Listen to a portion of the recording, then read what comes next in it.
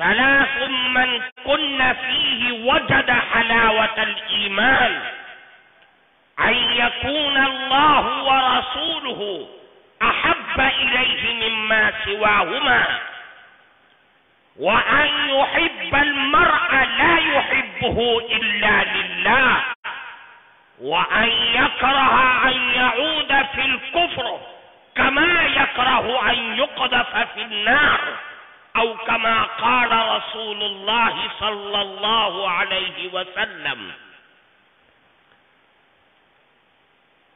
محترم صدر جلسہ، حضرات علماء کرام اور اس جلسے میں موجود ہمارے معزز بزرگوں اور قرب و جوار سے آئے ہوئے مہمانان مکرم،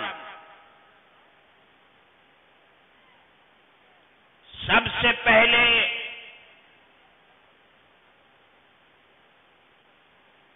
میں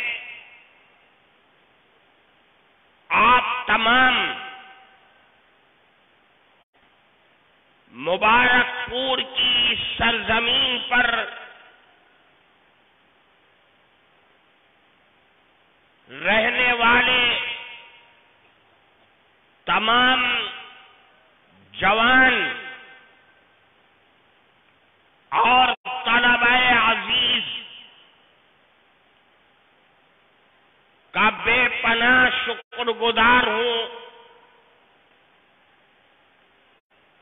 کہ آپ نے مجھ جیسے کم علم اور تہی دست آدمی کا اس طریقے سے استقبال کیا اور اپنی محبت کا اظہار کیا، جو در حقیقت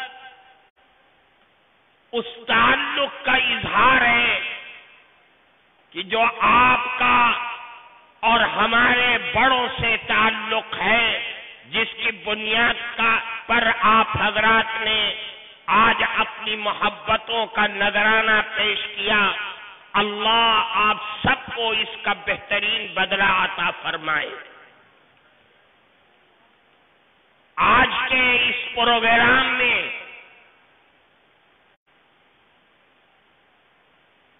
میں نے آپ کے سامنے قرآن کریم کی ایک آیت اور جناب رسول اللہ صلی اللہ علیہ وسلم کی ایک حدیث پڑھی ہے۔ اس حدیث کے راوی ہیں حضرت انس بن مالک رضی اللہ تعالی عنہ۔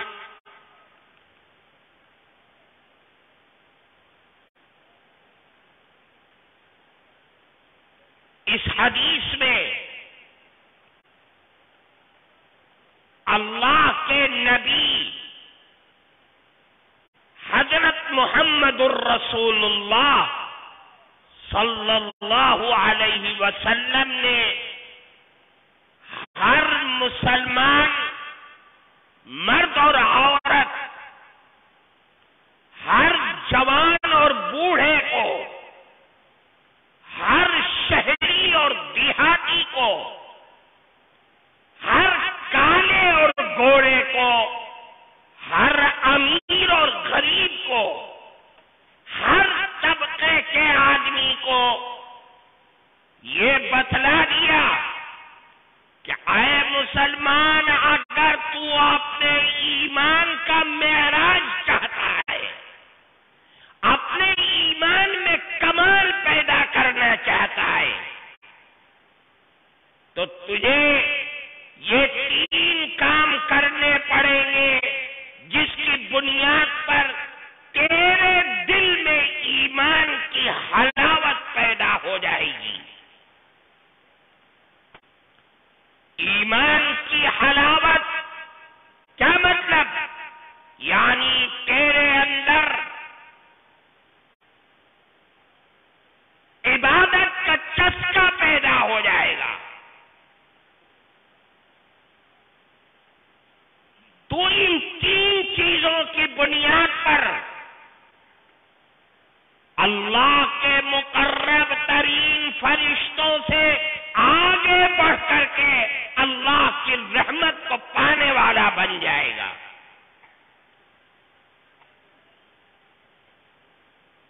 وہ چیز جو تیرے ایمان کو کامل اور مکمل کرنے والی ہے، وہ ہے کیا چیز؟ اللہ کے نبی نے فرمایا کہ اے مسلمان، تیرے ایمان میں کمال پیدا کرنے والی چیز، سب سے بنیادی چیز یہ ہے کہ اللہ کی دھرتی پر رہ کر کے تو اپنے اللہ اور اس کے رسول سے بے پناہ محبت کرنے والا بن جا۔ اللہ کے رسول سے محبت ایسی شکتیشالی چیز ہے کہ جو تیرے ایمان میں کمال پیدا کر دے گی۔ دوسرے لفظوں میں فرمایا کہ دیکھ، کمال ایمان کا مدار رسول اللہ کی محبت میں چھپا ہوا ہے۔ آقائے نامدار سے اگر محبت ہے تو یہ سمجھ لے کہ تیرے ایمان میں وہ معراج حاصل ہو جائے گی جو اللہ کی نورانی مخلوق فرشتوں کو بھی میسر نہیں ہو سکتی۔ اس لیے فرمایا کہ اللہ کے نبی سے محبت کرو، دنیا کے جس کونے میں رہو، جس حال میں رہو، اللہ اور اس کے رسول سے ایسی محبت کرو جس محبت کا اظہار حضرات صحابہ کرام نے اپنی زندگی کے اندر کیا ہے۔ اللہ کے نبی سے محبت کرو، کتنا کرو؟ فرمایا دیکھو، اپنے ایمان کو کامل اور مکمل کرنا چاہتے ہو تو اللہ کے نبی سے دنیا اور دنیا کے اندر جتنی چیزیں ہیں،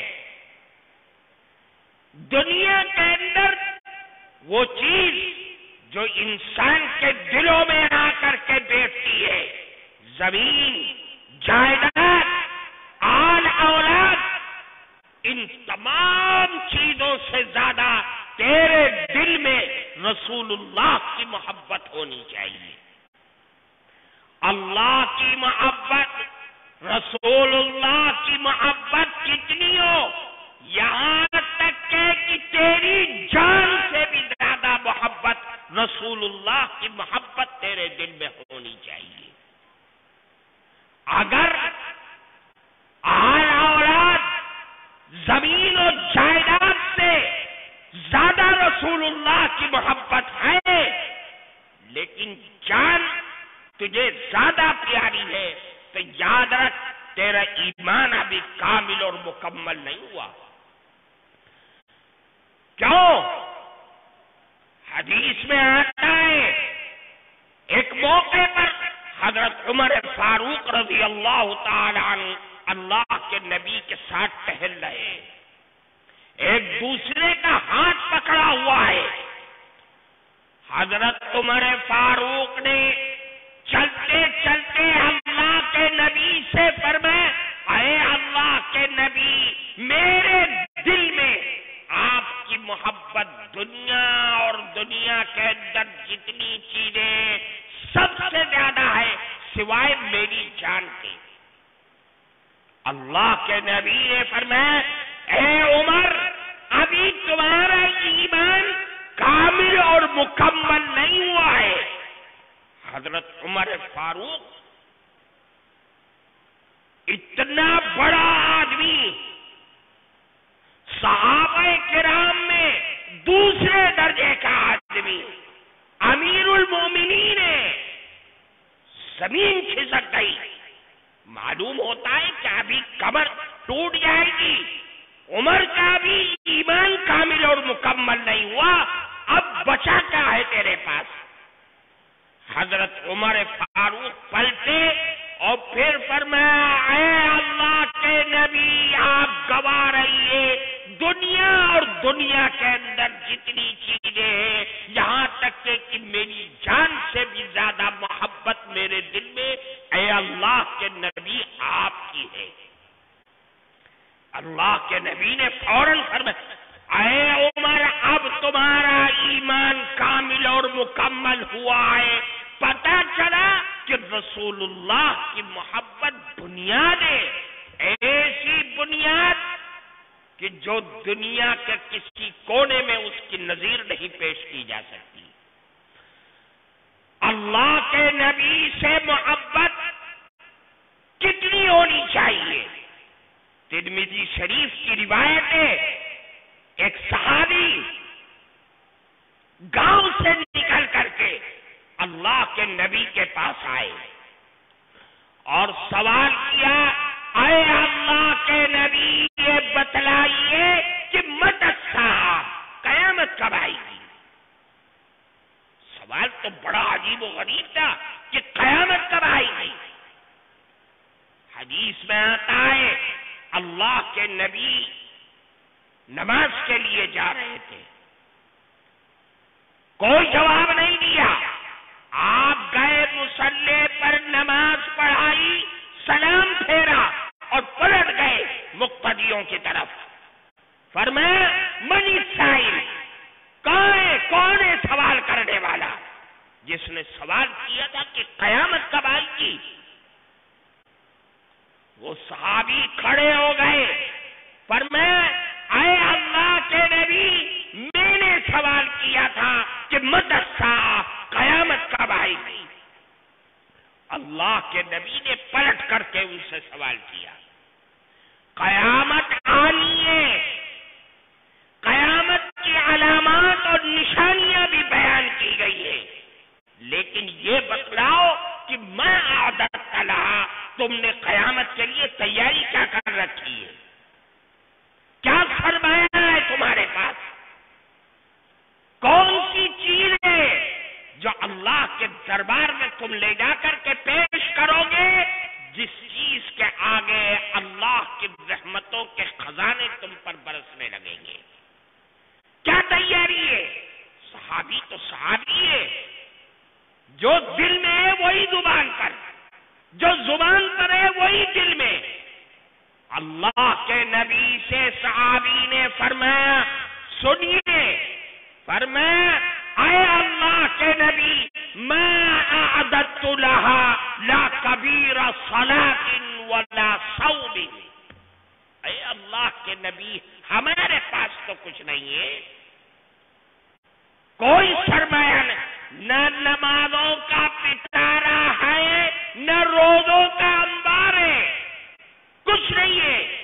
فرض نماز کا وقت آتا ہے پڑھ لیتے ہیں، فرض پڑھ لیا، سنتیں پڑھ لی، رمضان کا مہینہ آیا تو روزے رکھ لیے، نہ سال بھر کے روزے ہیں نہ نوافل اور سنن کی کثرت ہے، بس فرض نمازیں موجود ہیں، کوئی پٹارا نہیں ہے ایسا۔ ہاں ایک چیز ہے، فرمایا الا انی احب اللہ ورسولہ، ہاں میں اپنے اللہ اور اس کے رسول سے بے پناہ محبت کرتا ہوں۔ اللہ کے نبی نے جب یہ سنا تو سارا مسئلہ آسان کر دیا، فرمایا تو سن لو، فرمایا المرء مع من احب وانت مع من احببت، اگر مسئلہ یہ ہے کہ تم کہہ رہے ہو کہ مجھے اللہ اور اس کے رسول سے بے پناہ محبت ہے، تو سن لو کل قیامت کے دن ہر آدمی رہے گا جس سے وہ دنیا میں محبت کیا کرتا تھا، اور تم جس سے محبت کا دعویٰ ہوگی، کیوں؟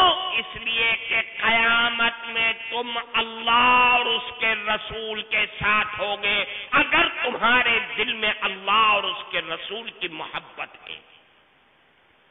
حضرت انس وہ فرماتے اللہ کے نبی نے جب یہ جملہ اپنی زبان سے ظاہر کیا، تو صحابہ کرام جتنے بیٹھے تھے اتنے خوش ہوئے کہ اس سے زیادہ خوش ہوتے ہوئے میں نے صحابہ کرام کو کبھی نہیں دیکھا کہ مسئلہ حل ہو گیا.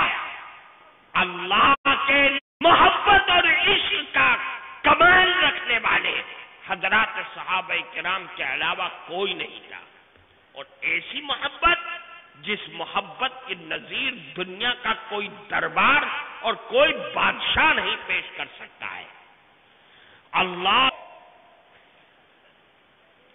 کفار مکہ نے اپنا ایلچی بھیجا، اپنا آدمی بھیجا اللہ کے نبی سے بات کرنے کے لیے. اس کا نام ہے عروہ ابن مسعود. وہ اللہ کے نبی کے پاس آیا، صحابہ کرام سب بیٹھے ہوئے. اس نے وہاں جو منظر دیکھا وہ منظر دیکھ کر کے حیران رہ گیا. وہ مکہ مکرمہ واپس گیا اور تمام کفار مکہ سے کہا، اے لوگوں، تم جانتے ہو کہ میں بڑے بڑے بادشاہوں کے دربار میں گیا ہوں، میں نے ان کی رعایا کو بھی دیکھا ہے، لیکن میں قسم کھا کے کہتا ہوں جو عشق و محبت کی کیفیت میں نے حضرات صحابہ کرام کے اندر دیکھی ہے، محمد الرسول اللہ کے دیوانوں میں دیکھی ہے، وہ کیفیت عشق کا وہ ماحول میں کسی بادشاہ کے دربار میں نہیں دیکھا ہے. کیا دیکھ لیا تم نے؟ کہا میں نے دیکھا ہے محمد الرسول اللہ اگر زبان اپنے منہ سے تھوکتے تو صحابہ کرام اپنے ہاتھ میں لے کر کے بدن پہ ملتے ہیں.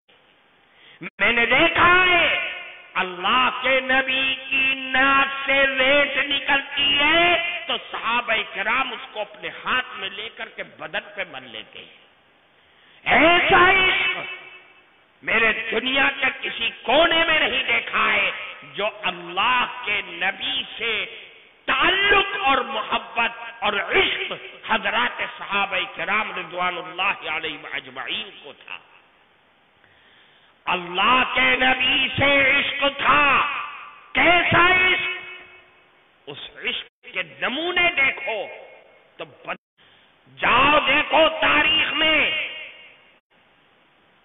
غزوہ احد کے موقع پر اللہ کے نبی دشمنوں کے درمیان گھر گئے. کچھ صحابہ پیچھے ہٹ گئے، کوئی دوڑ رہا ہے، کوئی ادھر نڈال شور مچ گیا کہ اللہ کے نبی شہید ہو گئے. صحابہ کرام کی کمر ٹوٹ گئی، حوصلے پست ہو گئے. دشمنوں نے موقع دیکھ کر کے اللہ کے نبی کو ختم کر دیا جائے، آج کہانی ختم ہو جائے، دوبارہ حملہ کر دیا. اور اتنا شدید حملہ کیا کہ اللہ کے نبی جو لوہے کی ٹوپی پہنے ہوئے تھے اس کی 2 سلاخیں نکل کر کے اللہ کے نبی کے رخسار مبارک میں گھسی اور دانت کے اندر چلتی چلی گئی. اب سلاخ گھس گئی، وہاں تو کوئی ڈاکٹر نہیں ہے، کوئی زنبور نہیں ہے، کوئی پلاس نہیں ہے، کیسے نکالے؟ حضرات صحابہ کرام 15-16 جو اللہ کے نبی کے ارد گرد تھے، اس میں حضرت ابو بکر صدیق رضی اللہ تعالی عنہ بھی ہے، وہ دور کھڑے تھے، دوڑے کہ اللہ کے نبی کے دانت میں جو سلاخیں گھس گئی ہیں اس کو کھینچ لے.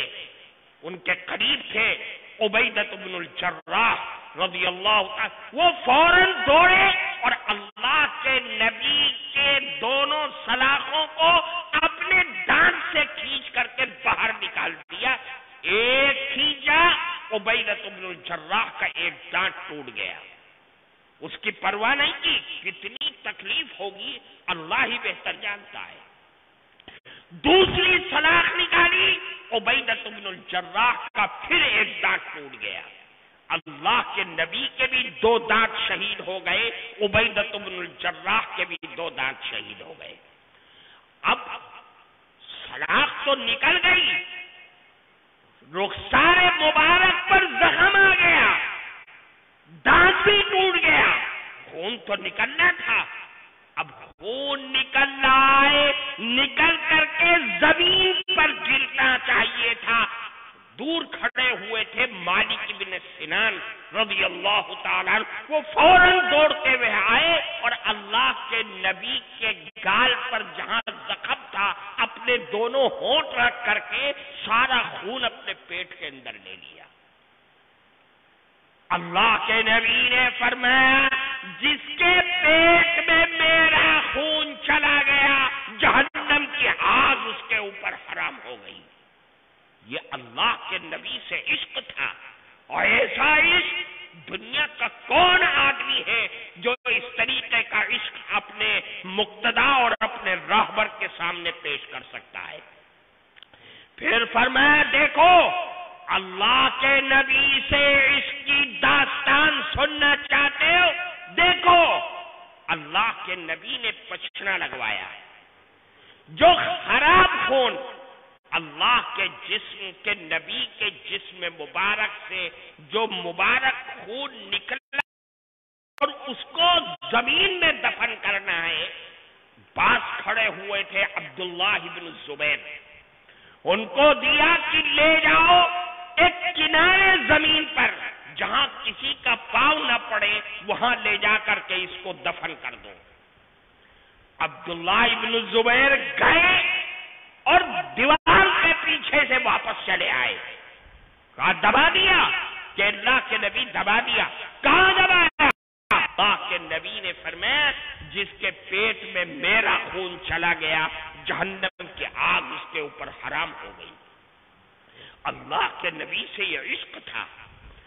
اللہ کے نبی سے عشق کی داستان سننی ہے تو جاؤ، ایک صحابیہ ہے حضرت خولہ بنت ثعلبہ انصاریہ خزرجیہ، جب احد کے میدان سے یہ آواز آئی کہ اللہ کے نبی شہید ہو گئے، اب تو مدینے میں جب یہ خبر پہنچی تو ساری والے کہہ رہے اے خولہ کہاں بے قرار ہو کر کے جا رہی ہو، تمہارے تو شوہر شہید ہو گئے۔ خولہ نے فوراً انا للہ و انا الیہ راجعون پڑھا اور آگے بڑھ گئی، قافلے والوں سے کہہ رہی ہے چلا کر ارے یہ بتاؤ کہ رسول اللہ کہاں ہے، کہ ہمیں نہیں معلوم۔ خولہ کہاں جا رہی ہو، تمہارا تو لڑکا بھی شہید ہو گیا ہے، یہ بتلاؤ کہ رسول اللہ کس حال میں ہے، کہاں ہے اللہ کے نبی؟ قافلے والے کہہ رہے ہیں ہمیں نہیں معلوم، آگے جاؤ۔ اور کہاں جا رہی ہو، تمہارے تو والد بھی شہید ہو گئے، کس کی فکر میں جا رہی ہے؟ خولہ کا جو عشق تھا وہ جوش مار رہا تھا، کہا یہ بتاؤ رسول اللہ کہاں ہے، کس حال؟ ارے جا کے دیکھو شاید اس قافلے میں آ رہے ہو۔ حضرت خولہ آگے بڑھی، قافلے کو چیرتی ہوئی اللہ کے نبی کو اپنی آنکھوں سے دیکھا تو کیا کہا؟ اپنے شوہر کی شکایت نہیں کی، اپنے بیوہ ہونے کی شکایت نہیں کی، اپنی گود سنجانے کہا کل مصیبت بعدک یا رسول اللہ جللو، اے اللہ کے نبی آپ کو دیکھنے کے بعد میرے اوپر جتنی بھی مصیبت آئے سب آسان ہے، آپ زندہ سلامت رہے، میری دنیا اجڑ جائے، میری گود اجڑ جائے، میں بیوہ ہو جاؤں، یتیم ہو جاؤں، بے سہارا ہو جاؤں، سب مجھ کو برداشت ہے، لیکن اے اللہ کے نبی آپ زندہ سلامت رہے۔ یہ حضرت خولہ کا عشق تھا۔ اللہ کے نبی سے عشق کتنا تھا؟ حضرات صحابہ کرام رضوان اللہ علیہم اجمعین سے پوچھو۔ ایک صحابی اللہ کے نبی کے پاس آئے اور عرض کیا اے اللہ کے نبی، ہم جب دل میں آگ لگتی کرتی ہے کہ ہم آپ کے چہرے انور کو دیکھیں تو ہم اپنے گھر سے نکلتے ہیں، آپ کے گھر پر آتے ہیں اور آپ کو اپنی آنکھوں سے دیکھ کر تسلی کر لیتے ہیں۔ اے اللہ کے نبی، میں بہت پریشان ہوں یہ سن کر کے، یہ سوچ کر کے کہ آپ تو اللہ کے نبی ہیں، برگزیدہ ہیں، تمام نبیوں کے سردار ہیں، اللہ کے محبوب ہیں، آپ جنت میں جائیں گے تو جنت کے کون سے مقام پر ہوں گے اور ہم جنت کے کس مقام پر ہوں گے؟ آپ کا دیدار ہمیں ملے گا کہ نہیں ملے گا؟ میں یہ سوچ کر کے پریشان ہوں۔ اللہ کے نبی نے کوئی جواب نہیں دیا۔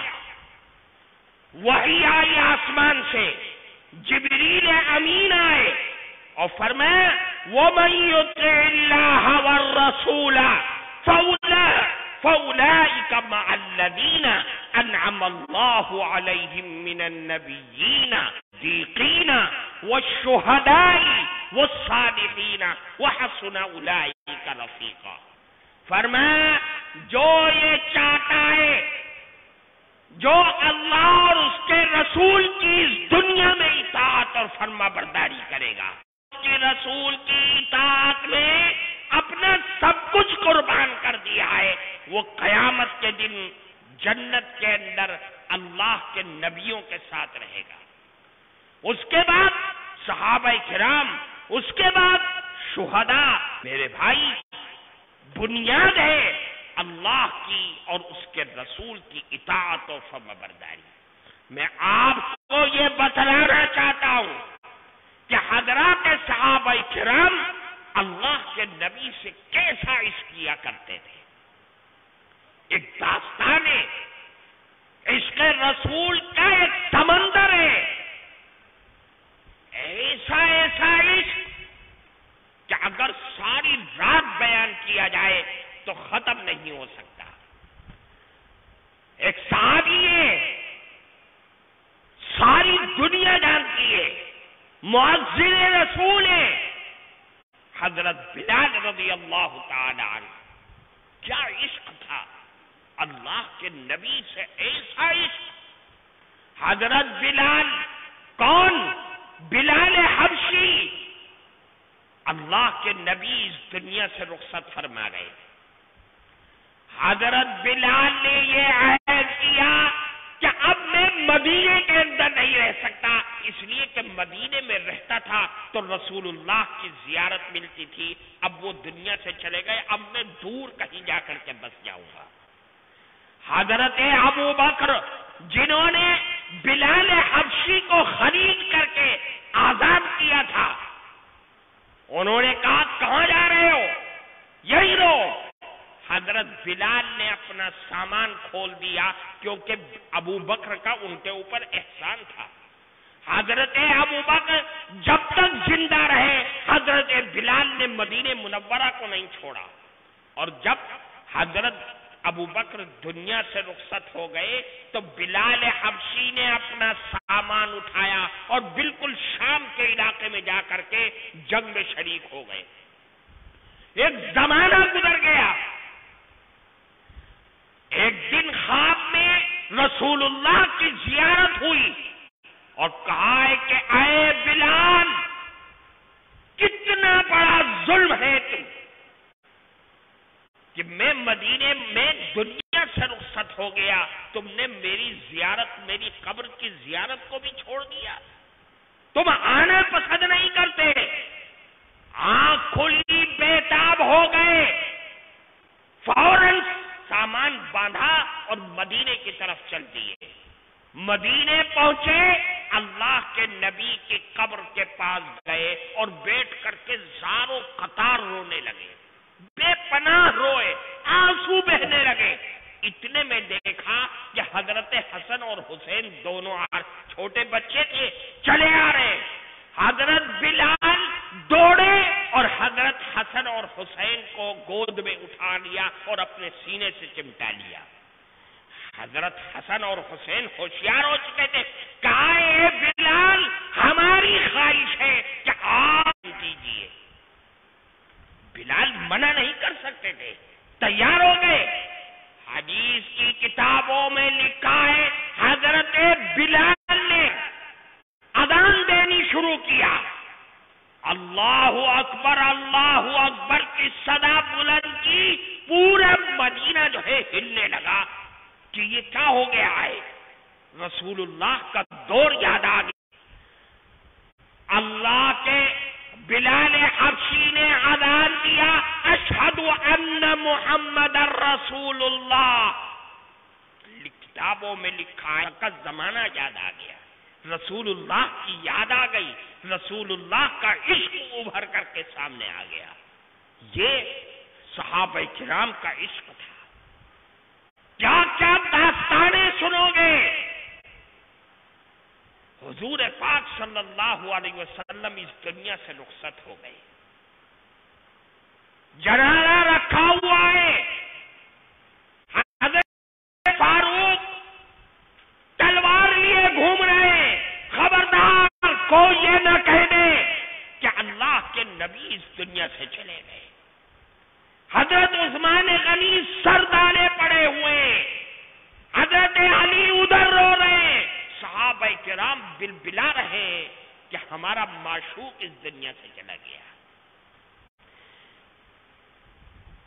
ادھر مدینے کے بعد میرے بھائی اللہ کے نبی سے عشق انسان، جانور، پتھر، لکڑی، ساری دنیا کائنات کے ہر ذرے کے اندر رسول اللہ کا عشق موجود تھا۔ اس عشق کی داستانیں، اللہ کے نبی سے عشق کا مطلب کہ تیرے ایمان میں کمال، تیرے ایمان میں ہنر، تیرے ایمان کی معراج اگر تجھے مل سکتی ہے تو رسول اللہ کے عشق کے اندر مل سکتی ہے۔ پھر فرمایا اللہ کے نبی سے عشق کرنا چاہتا ہے تو سن لے، اختیار کر، ان راستوں پر چل جو راستے رسول اللہ کے عشق تک پہنچانے والے ہیں۔ وہ راستہ کون سا ہے؟ وہ آسان راستہ، شارٹ کٹ راستہ، اس راستے کو کہ جس راستے پر چل کر کے رسول اللہ کا عشق ہمارے دل کے اندر پیدا ہو سکتا ہے، وہ درود پاک کا راستہ ہے۔ اللہ کے نبی پر کثرت سے درود پڑھ، جتنا زیادہ درود پڑے گا، اللہ کے نبی نے فرمایا کہ جو شخص مجھ پر زیادہ سے زیادہ درود پڑھے گا قیامت کے دن اتنا ہی مجھ سے قریب ہوگا۔ اللہ کے نبی کا قرب چاہتا ہے تو رسول اللہ پر درود پڑھ، کثرت سے درود پڑھ۔ یہ بہت طاقتور چیز ہے، بڑی طاقتور عبادت ہے۔ اس سے بڑی اور طاقتور عبادت کوئی نہیں ہے کہ اللہ کے نبی پر کثرت سے درود پڑھا جائے۔ اللہ کے نبی پر درود پڑھنا اللہ کے نبی سے تعلق کی علامت ہے۔ اللہ کے نبی نے کیا فرمایا؟ ان للہ ملائکۃ سیاحین فی الارض یبلغونی من امتی السلام۔ اللہ کی زمین پر فرشتے گھومتے رہتے ہیں، ساری زمین پر جہاں جہاں انسان آباد ہیں، اور جو آدمی اللہ کے نبی پر مرد ہو یا عورت درود پڑھتا ہے تو وہ فرشتے اس درود کو اٹھاتے ہیں اور لے کر کے دوڑتے ہیں روضہ اطہر کے پاس اور اللہ کے نبی کے دربار میں پیش کرتے ہیں، اور کیا کہتے ہیں؟ اے اللہ کے نبی، امتی فلاں علاقے میں جس کے باپ کا نام یہ ہے اور اس کا نام یہ ہے، اس نے آپ پر درود پڑھا ہے۔ باپ کا نام لے کر کے پیش کرتے ہیں، روز آنے کا معمول ہے۔ اور ایک حدیث میں تو یہ فرمایا کہ اللہ کے نبی کی قبر کے پاس اللہ نے ایک فرشتہ مقرر کر رکھا ہے، اور اس کے کان میں یہ طاقت رکھی ہے کہ بے پناہ محبت حاصل ہوگی. مسلمان اس کو نہیں جانتا. اللہ کے نبی نے فرمایا من صلی علی واحدۃ صلی اللہ علیہ عشرہ، ایک مرتبہ جو درود پڑھے گا اللہ اس پر 10 رحمتیں نازل فرمائیں گے. پھر فرمایا من صلی علی واحدہ حطت عنہ عشرہ، پھر فرمایا کہ جو ایک مرتبہ درود پڑھے گا رفعت عنہ عشرہ، طاقت ہے. کیوں؟ اس لیے کہ درود ایسی عبادت ہے جس عبادت کو اللہ کبھی بھی ضائع نہیں کرتا ہے، کبھی ضائع نہیں کرتا. نماز اگر خراب پڑی گئی ہے، دنیا میں دل لٹکا ہوا ہے، وہ نماز رد کر دی جاتی ہے. روزہ اگر صحیح نہیں رکھا، رات میں جنگل میں چلتے پھرتے لیٹے بیٹھے جس حال میں ادا کرو گے اللہ اسے قبول کر لیتا ہے. یہ درود کی طاقت ہے. اللہ کے نبی نے، اللہ نے قرآن میں فرمایا ان اللہ وملائکتہ یصلون علی النبی وسلموا تسلیما، کہ اے لوگوں، اللہ اور اس کے فرشتے نبی پر رحمت اور دعائیں کی برسات کرتے ہیں. اے مسلمانوں، تم بھی اللہ کے نبی پر درود و سلام کا نذرانہ پیش کرو. یہ درود کا، دنیا میں کوئی عبادت، نماز ہو، روزہ ہو، حج ہو، زکات ہو، اللہ نے کہیں قرآن میں یہ نہیں فرمایا کہ میں اور میرے فرشتے نماز پڑھتے ہیں تم بھی پڑھو، میں اور میرے فرشتے روزہ رکھتے ہیں تم بھی رکھو، میں اور میرے فرشتے حج کرتے ہیں. نہیں، صرف درود ایک ایسی عبادت ہے جس کو اللہ نے خود فرمایا کہ میں اور میرے فرشتے نبی پر رحمت اور درود کی برسات کرتے ہیں. اے مسلمانوں، تم بھی درود و سلام ان کے اوپر پڑھا کرو. اللہ کے نبی پر کثرت سے درود پڑھنا یہ بنیاد ہے کس چیز کی؟ کہ ہمارا رشتہ ہمارے نبی سے مضبوط ہو جائے گا. پھر ایک اور حدیث سنیے. اللہ کے نبی نے فرمایا دیکھو، یہ لے کر کے جانا، اپنے دماغ میں اس کو بٹھاؤ اور سمجھو کہ اللہ کے نبی سے ہمارا رشتہ کیسے مضبوط ہو سکتا ہے. فرمایا من صلی علی واحدۃ صلی اللہ علیہ عشرہ، جو میرے اوپر ایک مرتبہ درود پڑھے گا اللہ 10 رحمتیں نازل فرمائیں گے. ایک چیز پھر فرمایا ومن صلی علی عشر صلی اللہ علیہ میاں، فرمایا ومن صلی علی میاں، اور جو شخص مجھ پر 100 مرتبہ درود پڑھے گا اللہ 3 انعام عطا فرمائیں گے. کتنے انعام؟ 3 انعام. وہ انعام اپنے ذہن میں بٹھاؤ. اللہ کے نبی نے فرمایا روزانہ بلا ناغا 100 مرتبہ درود پڑھ رہا ہے تو پہلا انعام کتب اللہ بین عینیہ براءۃ من النفاق، اللہ اس کے دونوں آنکھوں کے درمیان ماتھے پر نار، کہ اللہ اس کے دونوں آنکھوں کے درمیان ماتھے پر یہ بھی لکھ دیں گے کہ اس آدمی کے اوپر جہنم کی آگ حرام ہو گئی ہے، اب یہ جہنم میں نہیں جائے گا. 100 مرتبہ پابندی سے درود پڑھے گا تو اللہ اس کو قیامت کے دن شہیدوں کے ساتھ رکھیں گے. کون شہید؟ جو اللہ کی بنائی ہوئی جنت میں رہنے والے، اللہ کی بنائی ہوئی جنت کے ٹھیکیدار، ان شہیدوں کے ساتھ اللہ کو رکھیں گے. اور اگر کوئی 1000 2000 5000 مرتبہ پڑھتا ہے تو اللہ ہی بہتر جانے کہ اللہ اسے کیا انعام عطا فرمائیں گے.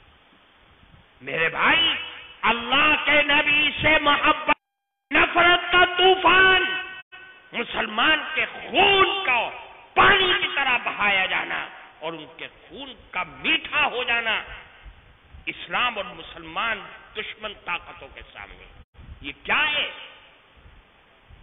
اس دل کے اندر جہاں رسول اللہ کا عشق رہنا چاہیے وہاں دنیا کا عشق گھس گیا ہے اور ہمارا رشتہ ہمارے نبی سے ٹوٹ چکا ہے، ہمارا رشتہ ختم ہے۔ اور جب اللہ اور اس کے رسول سے رشتہ ٹوٹ گیا ہے تو پتنگ کا دھاگا ٹوٹ گیا ہے، تو اب پتنگ کو کون لوٹے گا اور کہاں پڑے گی، کہاں پھٹے گی، کوئی اس کی گارنٹی نہیں دے سکتا ہے۔ دیکھو ہمارا رشتہ کیسے ٹوٹا۔ ایک مرتبہ اللہ کے نبی وضو فرما رہے تھے اور اللہ کے نبی کے بدن سے ان کو تو پانی نہیں ملا، ان صحابہ کے کیوں تم نے ایسا کیا، کیا بات ہے؟ صحابہ کرام نے فرمایا قالوا حب اللہ ورسولی، اے اللہ کے نبی اس دل میں جو محبت کی آگ لگی ہے اس آگ نے ہمیں مجبور کر دیا، اللہ اور اس کے رسول کی محبت نے، بس اور کچھ نہیں ہے۔ اب دیکھیے وہاں اللہ کے نبی موجود ہیں، اب صحابہ کرام اپنی آنکھوں سے دیکھ رہے ہیں، ہم اور آپ اس محبت تک کیسے پہنچیں گے؟ ہم تو رسول اللہ کی زندگی کو نہ پایا ہے نہ اپنی آنکھوں سے دیکھا ہے۔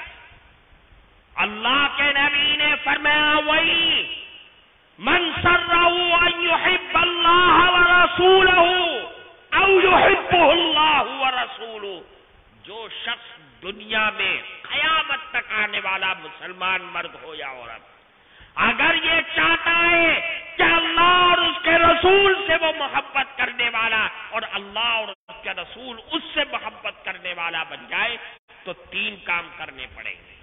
کتنے کام؟ 3 کام۔ پہلا فَلْيَصْدُقْ حَدِيثَهُ إِذَا حَدَّثَ، اے مسلمان جب بول سچ بول، سچ کے علاوہ کچھ نہ بول، جھوٹ نہ بول۔ اگر تو نے جھوٹ بولا تو تو دعویٰ کر میں نمازی ہوں، دنیا کہے نمازی، دنیا کہے حاجی، دنیا کہے کہ یہ بہت بڑا اللہ والا ہے، یہ عالم ہے، یہ مفتی ہے، یہ قاری۔ یاد رکھو میرے اللہ میرے نبی نے یہ فرمایا تو رسول اللہ کا دیوانہ نہیں ہے، چاہے جو بن جاتے، تیرے دل میں عشق رسول نہیں ہے۔ اگر تو جھوٹ بول رہا ہے تو زمین اور آسمان کو عشق رسول کی آواز میں ایک کر سکے، لیکن یاد رکھ حقیقت میں تو عاشق رسول نہیں ہے۔ عاشق رسول بننا ہے تو پہلے جھوٹ کو چھوڑ دو اور جھوٹ سے بچو، اس لیے کہ جھوٹ بولنے والا اللہ کی نظر میں بھی بہت گندا ہے۔ اللہ کے نبی نے فرمایا جھوٹ بولے گا تیرے منہ میں بدبو پیدا ہو جائے گی، اور وہ بدبو کون ہوگا، کون محسوس کرے گا؟ میں اور آپ نہیں، لڑکا اور بیوی نہیں، بلکہ اس بدبو کو محسوس کریں گے وہ فرشتے جو تیرے دل میں رہتے ہیں، وہ فرشتے جو تیرے پاس رہتے ہیں، جو تجھ کو نماز کے لیے، قرآن کے لیے، نیکی کے لیے، جنت کی طرف بڑھنے کے لیے اکساتے ہیں، وہ دور چلے جائیں گے میلوں دور، اور جب رحمت کے فرشتے چلے گئے تو شیطان کا بسیرا ہو جائے گا اس دل میں۔ فرمایا جھوٹ نہ بولو، پھر کیا فرمایا وَلْيُؤَدِّ أَمَانَتَهُ إِذَا تُؤْمِنَ، اے مسلمانوں امانتوں کو ادا کرو، امانتوں کو ادا کرو۔ امانت کیا؟ کسی نے پیسہ رکھوایا، مانگنے آیا، فوراً دے دو، ہم تو یہی سمجھتے ہیں یہ بھی امانت ہے۔ کسی کا گھر کرائے پر لیا ہے، مالک کہہ رہا ہے چھوڑ دے، چاہے تو 100 سال سے رہ رہا ہو، شریعت یہ کہتی ہے اس کا مکان خالی کر کے اس کو واپس کرو. نہیں کیا تو نے امانت میں خیانت کیا ہے. تو مقدمہ بھی چلائے گا، تو جیت بھی جائے گا، دنیا کا فیصلہ بھی دے، لیکن یاد رکھ وہ آسمانوں پر بیٹھنے والا اللہ، اس کی نظر میں تو بے ایمان ہو گیا ہے. تیرا اللہ اور اس کے رسول کے عشق سے کوئی تعلق نہیں ہے، چاہے ساری دنیا میں تو عشق رسول کا ڈڈورا پیٹ دے. امانت میں خیانت نہ کرو. کیا مطلب؟ اگر کسی آدمی نے تمہارے کان میں اپنے دل کا راز تمہیں بتایا ہے ساری دنیا سے چھپ کر کے، خبردار، وہ اپنا دل، اپنا راز ہلکا کر رہا ہے، تمہیں بتا کر کے دل ہلکا کر رہا ہے. تم اس راز کو دوسرے سے مت بتانا کہ دیکھو فلانے نے بتایا تھا، کسی سے ذکر مت کرنا، وہ اس طرح. اس کا مطلب یہ ہے کہ تم نے امانت میں خیانت کر دیا. امانت میں خیانت نہ کرو. کیا مطلب؟ کہ اگر کوئی بھائی، کوئی رشتہ دار، کوئی پڑوسی، کوئی آدمی، کوئی دوست تمہارے پاس آ رہا ہے کسی کام کے مشورے کے لیے، اگر تم نے غلط مشورہ دیا جان بوجھ کر کے، تو سمجھ لو تم نے امانت میں خیانت کیا. تم بے ایمان کہلائے جاؤ گے، تم جھوٹے کہلائے جاؤ گے، تم اللہ اور اس کے رسول کے دربار میں بے ایمان لکھے جاؤ گے. امانت میں خیانت نہ کرو. باپ کا انتقال ہو گیا، بھائیوں نے وراثت کا مال تقسیم کر کے ہڑپ کر لیا، بہنوں کو محروم کر دیا. یاد رکھو تم نے امانت میں خیانت کیا ہے، ساری زندگی حرام کھاؤ گے. تم نے بہنوں کو محروم کیا، تم نے اپنے دل میں یہ فیصلہ کر لیا، سماج نے یہ بتلا دیا کہ بہن کی شادی کرنی ہے، جہیز دینا ہے، عید بقرعید میں تہواری دینی ہے. یاد رکھو یہ شادی بیاہ، یہ جہیز، اس کا وراثت سے کوئی رشتہ نہیں ہے. اگر تم نے 1 پیسہ بھی اس کا دبا کر کے بیٹھ گئے تو قیامت کے دن جب تک کہ اس کے پائی پائی کا حساب نہیں کر دو گے، اللہ کے دربار سے قدم ہلا نہیں سکتے. بہنوں کا حصہ دینا پڑے گا، ماں کا حصہ دینا پڑے گا. نہیں دو گے ساری زندگی حرام کھاؤ گے. کسی بھی عالم اور مفتی سے پوچھ لو یہ مسئلہ. یا نہیں دو گے اللہ کے دربار میں دو گے، وہاں دینے کے لیے کچھ نہیں بچے گا سوائے تمہارے نماز روزے کے. وہ بھی ختم ہو جائیں گے تو ان کا گناہ تمہارے سر پر مسلط کر دیا جائے گا. اس لیے فرمایا امانتوں کو ادا کرو. تیسری چیز فرمائی فَلْيَصْدُقْ حَدِيثَهُ إِذَا حَدَّثَ وَلْيُؤَدِّ أَمَانَتَهُ إِذَا تُؤْمِنَ وَلْيُحْسِنْ جِوَارَ مَنْ جَاوَرَهُ. اے لوگوں، اللہ کے نبی سے سچی محبت کرنا چاہتے ہو اور یہ چاہتے ہو اللہ اور اس کا رسول تم سے محبت کرنے لگے، تو تیسرا کام یہ ہے کہ اپنے پڑوسی کے ساتھ حسن سلوک کا معاملہ. پڑوسی چاہے ہندو ہو، مسلمان ہو، چاہے ظالم ہو، چاہے بے ایمان ہو، چاہے شرابی ہو، لیکن تمہارا کام یہ ہے کہ تم اس پڑوسی کے ساتھ حسن سلوک کا معاملہ کرو. وہ تم پر ظلم کرتا ہے، وہ تمہارے دروازوں پہ کوڑا ڈالتا ہے. اگر تم نے بھی بدلہ لے لیا تو سمجھ لو کہ تم نے رحمت کے دروازوں کو بند کر دیا. اپنے پڑوسی کے ساتھ حسن سے، اس لیے کہ پڑوسی تو بڑی عجیب چیز ہے، ہم مسلمان نہیں سمجھتے.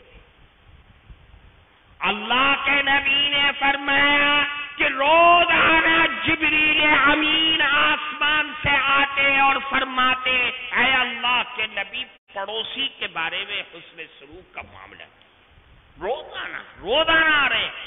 جب بار بار آئے تو اللہ کے نبی فرماتے ظننت انہ سیورثہ، مجھے یہ گمان ہونے لگا کہیں اللہ یہ نہ فرما دے کہ اس پڑوسیوں کو اپنی وراثت میں شامل کر دو. مجھے یہ خیال آنے لگا پڑوسی کے ساتھ اگر تم نے ظلم کا معاملہ کیا ہے تو یاد رکھنا، نمازی ہو، حاجی ہو، روزے دار ہو، قرآن پڑھنے والا ہو، سب بیکار و برباد ہو جائے گا. تیری ذات سے اگر پڑوسی پریشان ہے تو اللہ کی بنائی ہوئی جہنم میں اس کو ڈھکیل دیا جائے گا. پڑوسی کے ساتھ حسن سلوک کا معاملہ کرو، پڑوسی کا حق ادا کرو. پڑوسی کا حق کیا ہے؟ حق الجار، پڑوسی کا حق اللہ کے نبی جب بتاتے فرماتے کہ جب پڑوسی تجھ سے قرض مانگے تو اس کو قرض دو، انتظام کرو. نہیں ہے تو خوشی کے ساتھ، اچھائی کے ساتھ، حسن سلوک سے کے ساتھ اس سے معافی مانگ لو کہ بھئی میرے پاس اس وقت نہیں ہے، دے دوں گا پھر. لیکن اگر ہے اور تم نے نہیں دیا تو تم نے پڑوسی کے اوپر ظلم کا معاملہ کیا، اللہ کے نبی کو اور اللہ کو ناراض کر دیا ہے. پھر فرماتے پڑوسی کا حق وَإِنْ أَصَابَهُ خَيْرٌ هَنَّأْتَهُ، اگر پڑوسی کے ہاں کوئی بھلائی کا معاملہ پہنچائے، اولاد ہوئی ہے، کوئی خوشی کا، جاؤ اپنے گھر سے نکلو اور اس پڑوسی کے گھر میں جاؤ اور اس کو مبارکباد پیش کرو. اس کی خوشیوں سے جلو مت، حسد نہ کرو، اس کو جا کے مبارکباد پیش کرو. پڑوسی کا حق ادا کرو. کیا ہے؟ وَإِنْ أَصَابَتْهُ مُصِيبَةٌ عَزَّيْتَهُ، اگر پڑوسی کو کوئی تکلیف پہنچی ہے، کوئی مصیبت آئی ہے، کوئی مر گیا اس کے گھر میں، کوئی غم ہے، تو جا کے اس سے کہو کہ اے پڑوسی، اللہ کے اس دیے ہوئے غم میں صبر کا پیکر بن جا اور میں تیرے ساتھ تیرے غم میں برابر کا شریک ہوں. اسے دلاسا دو، یہ پڑوسی کا حق ہے. پھر آخری میں فرمایا پڑوسی کا حق جانتے ہو، وَلَا تُؤْذِ جَارَكَ بِرِيحِ قِدْرِكَ، اپنی دیگچی کی خوشبو سے پڑوسی کو پریشان نہ کرو. دیگچی کی خوشبو سے پڑوسی کو پریشان نہ کر. کیا مطلب؟ اللہ نے تجھے دولت دیا ہے، تو کما کے لا کر کے خوب بڑھیا سا کھانا، مرغ، متنجن، پلاؤ، بریانی بناتا ہے اصلی گھی میں، بہترین مسالوں میں، اور تیرے غریب پڑوسی کے گھر میں اس کی خوشبو جائے گی تو اس کے دل میں یہ خیال ہوگا اے اللہ اگر مجھے بھی تو دولت دیتا، میں بھی اپنے بچوں کو اسی طرح کھلاتا، تو سمجھ لو کہ تو نے اللہ کے عرش کو ہلا دیا. فرمایا کہ نہیں، پریشان نہ کرو. اس پڑوسی کے گھر میں ایک پلیٹ میں نکال کر کے پکنے کے بعد پہلے اس کے گھر میں بھیجو، پھر اپنی اولاد کو کھلاؤ. پکاؤ لیکن پہلے پڑوسی کو کھلاؤ تاکہ وہ کھائے، اس کے بچے کھائے اور پھر تمہاری اولاد کھائے. یہ شریعت کا مسئلہ ہے. اللہ کے نبی فرماتے اگر یہ تین باتیں ہوں گی مسلمانوں تو تمہارا رشتہ تمہارے اللہ اور اس کے نبی سے مضبوط ہو جائے گا. اور جب نبی سے اور اللہ سے مضبوط ہو جائے گا یہ دنیا کی ساری طاقتیں بیکار ہو جائیں گی. اللہ کا اعلان ہے، اس نے عرش پر بیٹھ کر کے اعلان کر دیا اے لوگوں اگر تم میری فرما برداری کرو گے، میری اطاعت کرو گے تو تمہارے حاکموں کے دلوں میں تمہاری محبتوں کو بھر دوں گا جو تمہارے ساتھ رحم کا معاملہ کرے، اور اگر تم میری نافرمانی کرو گے تو میں انہی حاکموں کے دل میں تمہارے لیے نفرتوں کو بھر دوں گا جو تمہیں ستائیں گے، تکلیف پہنچائیں گے، کیونکہ دلوں کا بادشاہ تو میں ہوں، دلوں کا بادشاہ تو اللہ ہے، سارے انسانوں کے قلوب اس کے ہاتھ میں ہے، اور پھر تمہارا رونا، تمہارے سجدے میں گرنا، رونا اور گر کے کوئی کام نہیں آئے گا جب تک کہ تم پلٹ کر کے نہیں آؤ گے اور اپنے اللہ سے معافی نہیں مانگو گے۔ اس لیے میرے بھائیوں، آج اس مبارک پور کی سرزمین سے ہم اور آپ یہ عہد کر کے اٹھے کہ ہم یہاں سے جائیں گے تو اپنی زندگی میں انقلاب کو پیدا کریں گے، اپنے حالات کو درست کریں گے، اور اپنے اللہ سے رشتہ اتنا مضبوط کریں گے کہ یہ باطل طاقتیں زمین میں دفن ہو کر کے رہ جائیں گی۔ ہم اس مذہب اور اس ایمان کو اپنے اندر رکھتے ہیں، اس رسول اللہ کی غلامی کو رکھتے ہیں جس نے مدینے کے گلیوں کے اندر اعلان کلمت اللہ کر کے اور اللہ کا کلمے کی آواز لگا کر کے دشمنان اسلام اور قیصر و کسریٰ اس زمانے کی سپر پاور طاقت کو ہمیشہ کے لیے زمین میں دفن کر دیا۔ کیا چیز تھی؟ کون سے توپ کے گولے تھے رسول اللہ کے پاس اور صحابہ کے پاس؟ کون سی فوج تھی؟ وہاں تو نہتوں کی فوج تھی، ہزاروں میں 10 15 20 100 50 تلواریں ہوا کرتی تھیں، کھانے کو نہیں تھا، پہننے کو نہیں تھا، گھوڑے نہیں تھے، ہاتھی نہیں تھے، اونٹ نہیں، لیکن جہاں چلے گئے غزوہ بدر کا منظر پیش کر دیا، جہاں چلے گئے تو اس زمانے کی سپر پاور طاقت کے گھٹنے کو زمین کے اندر ٹکا دیا۔ یہ ہے آپ کے ایمان کی طاقت۔ ہم نے اپنے ایمان کی طاقت کو نہ سمجھا، ہم تھانوں کے مخبر ہو گئے اور نشوں کے دیوار کے باسی ہو گئے، ہم اس کے نشوں کی دیواروں کے سائے چھتر میں رہنے والے بن گئے۔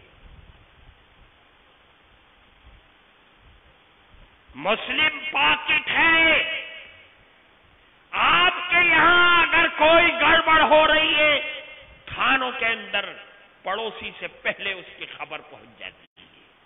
کس نے اطلاع دیا ہے؟ کون ہے مخبر؟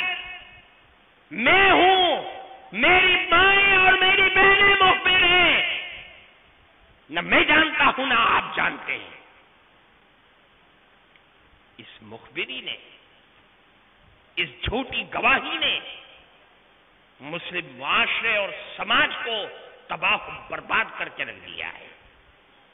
اس لیے میں آپ سے کہتا ہوں، بدلو حالات کو، پلٹو، گریبان میں منہ ڈال کر کے سوچو ہم کہاں جا رہے ہیں اور ہم کس کے غلام ہیں، اس غلام کی نسبت پر ہمیں کیا کرنا چاہیے اور ہم کیا کر رہے ہیں۔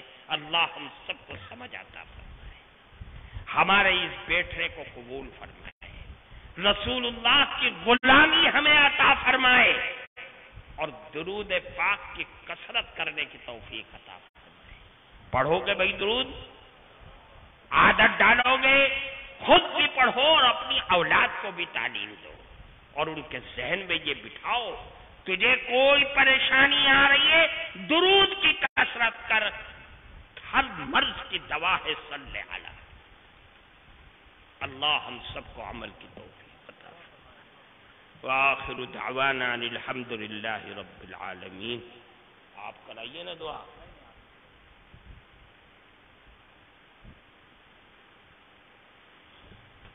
دعا کر لو بھائی۔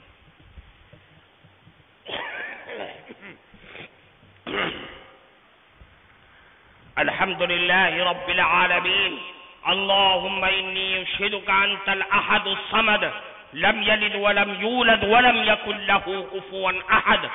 اللهم صل على سيدنا ومولانا محمد وعلى آل سيدنا ومولانا محمد وعلى آله وأصحابه أجمعين. هو الله الذي لا إله إلا هو الرحمن الرحيم الملك القدوس السلام المؤمن المهيمن العزيز الجبار المتكبر الخالق البارئ المصور الغفار القهار الوهاب الرزاق الفتاح العليم القابض الباسط الخافض الرافع المعز المذل السميع البصير الحكم العدل اللطيف العظيم الغفور الشكور العلي الكبير الحفيظ المقيت الحسيب الجليل الكريم الرقيب المجيب الواسع الحكيم الودود المجيد الباعث الشهيد الحق الوكيل القوي المتين الولي الحميد المحصي المبدي المحيي المميت الحي القيوم الواجد الماجد الواحد الأحد الصمد القادر المقتدر المؤخر الأول الآخر الظاهر الباطن الوالي المتعالي البر التواب المنتقم العفو الرؤوف مالك الملك ذو الجلال والإكرام المقسط الجامع الغني المغني المانع الضار النافع النور الهادي البديع الباقي الوارث الرشيد الصبور جل جلالہ عم نوالہ. اے اللہ ہم گواہی دیتے ہیں کہ آپ ہی اللہ ہے، آپ کا کوئی شریک اور ساجی نہیں. اے اللہ آپ ہمیشہ سے زندہ ہیں اور ہمیشہ رہنے والے ہیں، ایک کائنات کے مالک، اے آسمان و زمین کے بادشاہ، اے اللہ سارے کمالات کے مالک، خوبیوں کے مالک، ساری حمد و ثنا تیری شان کریمی کے لائق ہے. اے اللہ ہم تیرے بندے سر سے پیر تک گناہوں میں ڈوبے ہوئے ہیں. اے اللہ ہم سب کے گناہوں کو معاف فرما دے، خطاؤں کو درگزر فرما دے. اے اللہ نام اعمال کی سیاہی کو سفیدی سے بدل دیجئے. اے اللہ ہمارے قلوب جو زنگ آلود ہو گئے ہیں گناہوں کی وجہ سے، اے اللہ ہمارے قلوب کو سفید کر دیجئے. اے اللہ زنگوں کو دور کر دیجئے. اے مولا ہم نے جو کہا ہے اور سنا ہے، اے اللہ سب کو قبول فرما لیجئے. اے اللہ ہمیں عاشق رسول بنا دیجئے، سچا عاشق رسول بنا دیجئے. اے اللہ جو علامتیں آپ کے نبی نے فرمائی ہیں، اے اللہ سچ بولنے والا بنا دیجئے، امانتوں کو ادا کرنے والا بنا دیجئے. اے اللہ پڑوسی کے ساتھ حسن سلوک کرنے والا بنا دیجئے، تاکہ ہم آپ کی نظر میں اے اللہ نیک صالح بندوں میں ہمارا شمار ہو جائے، ہمارا تجھ سے اور تیرے نبی سے رشتہ مضبوط ہو جائے. اے اللہ اپنی رحمت کا معاملہ فرما دیجئے. اے اللہ درود و سلام کرنے والا بنا دیجئے. اے اللہ وہ درود جو تیرے نبی نے فرمایا ہے، اے اللہ اس طریقے کا درود پڑھنے والا ہم سب کو بنا دیجئے. اے اللہ جتنے لوگ اس مجمع میں ہیں، مردوں میں عورتوں میں، اے اللہ سب کی دلوں کی جائز مرادوں کو پورا فرما دیجئے، تمناؤں کو پورا فرما دیجئے، تمام بیماروں کو شفا عطا فرما دیجئے، پریشان حال لوگوں کی پریشانیوں کو دور فرما دیجئے. اے اللہ جن لوگوں نے اس جلسے کو بنانے میں، سنوارنے میں پیسوں سے محنت اور کوشش کر کے جو قربانیاں دی ہیں، اے اللہ اسے قبول فرما دیجیے. اے اللہ انہیں دنیا اور آخرت میں بہترین بدلہ عطا فرما دیجیے. اے اللہ اپنی رحمت اور کرم سے ہم سب کو نواز دیجیے. ہماری دعاؤں کو اپنے حبیب کے صدقے قبول فرما لیجیے. محمد فی الاجساد وصلی وسلم على قبر سيدنا محمد في القبور وصلى الله على النبي الكريم برحمتك يا ارحم الراحمين.